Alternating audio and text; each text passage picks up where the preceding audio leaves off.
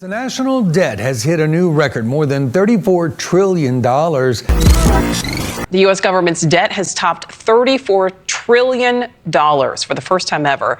The figure is the total amount of outstanding borrowing by the U.S. federal government accumulated over the nation's history. So just in the last 15 years, though, 27 trillion of that 34 trillion was added. It's like, oh my word. This is insane. In 15 years, we added 27 trillion when it took us 204 years to not even get to $1 billion prior. See, we're spending like drunken sailors, but when you are watching the Financial Coffee channel, let's get into this.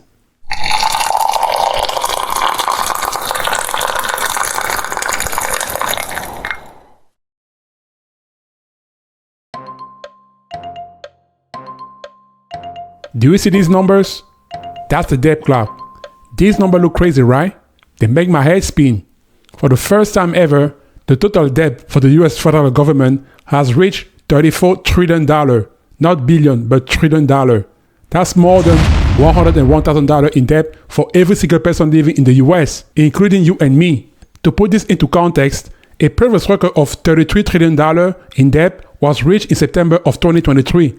So it took only 3 months to add $1 trillion to our national debt. I need to be honest with you guys. This is a quite depressing achievement for our country. But the current 2024 budget is where the interest rates that we are seeing are going to impact American families dramatically, because our interest-only payments on our debt of $34 trillion is now $800 billion a year. It's 35% of all federal tax revenues that we bring in as a country. You know what else is about $800 billion a year? The entire defense budget is equal to the interest-only payments on our debt. Wow. I mean, this becomes insane. I mean, think about it. Interest payment alone on our national debt will soon be bigger than any other government expenses. Check this out. Fiscal year 2023 spending on debt interest explode to exceed defense, meaning our interest payment alone on national debt will soon be higher than what we spend on the military. So now that the national debt is more than $34 trillion, what exactly does that mean for you and me? Well, for one thing, the US economic future is in big jeopardy. It is very difficult to imagine $34 trillion. So let me help you out. To put this huge number in context, this is about the value of the economies of China, Germany, Japan, India, and the UK combined. I repeat, all combined.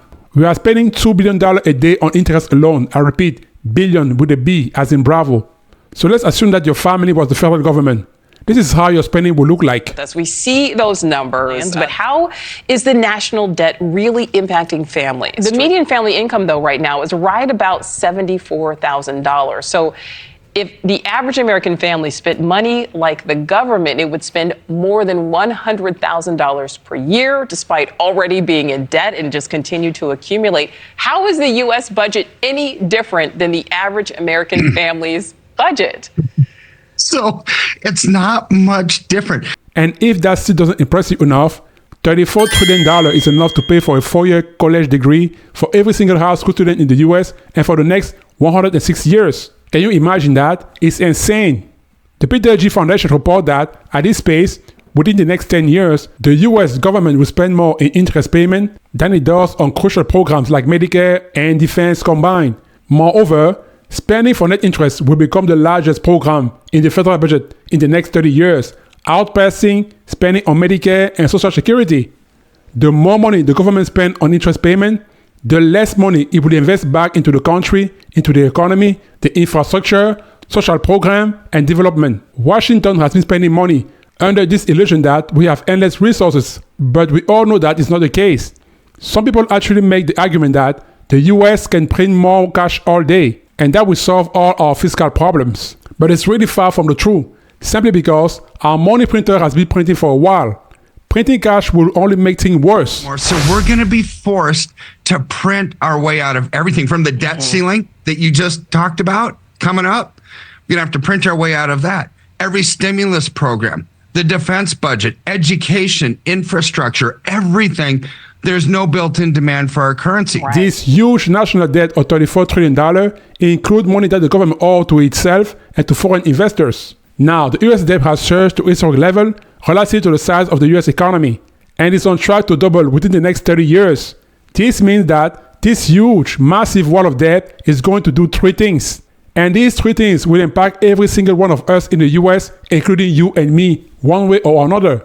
Now, this is the first one. It will raise the probability of financial crisis in the near future. The second thing that I would like to point out is it will hurt the US economic growth, which means higher unemployment and lower wages.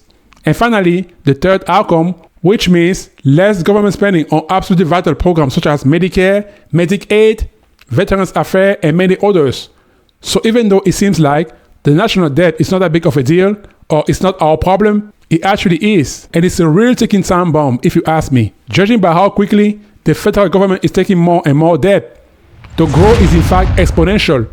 $1 trillion in a matter of 3 months, $4 trillion in 2 years, an increase of $10 trillion in only 4 years. If it continues this way, we will reach the tipping point very soon.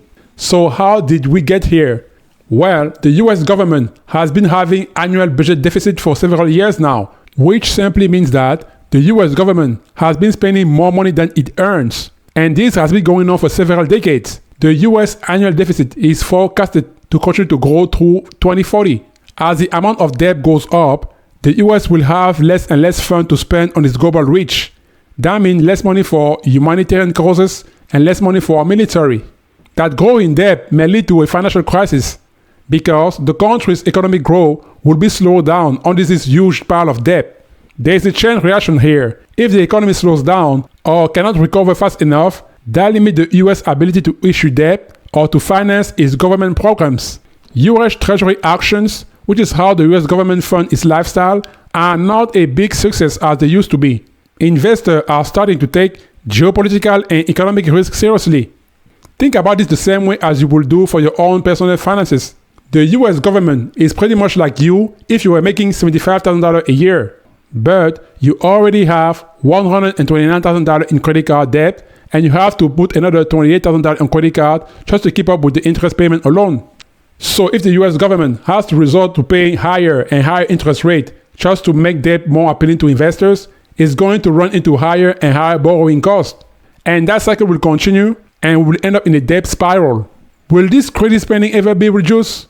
Well, this is highly unlikely, simply because people don't want to hear about it in both political parties. The only thing that they might disagree on is what to spend the money on. But let's be very clear, they all agree on the fact that the money is best spent abroad, funding wars, instead of focusing on domestic issues. But if the government decides to start addressing the debt issue, it will have three options: either raise taxes, lower spending, or do both things. It will be a really difficult thing to do, don't get me wrong, because voters like you and me hate those options no matter what. And since our leaders prefer to keep their seat as long as possible, it's much easier to ignore the issue and kick the can down the road. But you know what? The situation is so bad that massive layoffs are coming. As a matter of fact, several companies are cutting jobs left and right. So what specific companies are cutting jobs? And most importantly, is your job at risk? To find out more, click on the video that appears on the screen right now. That is all for today. Thank you for watching the Financial Coffee Channel, and I'll see you next time. Goodbye.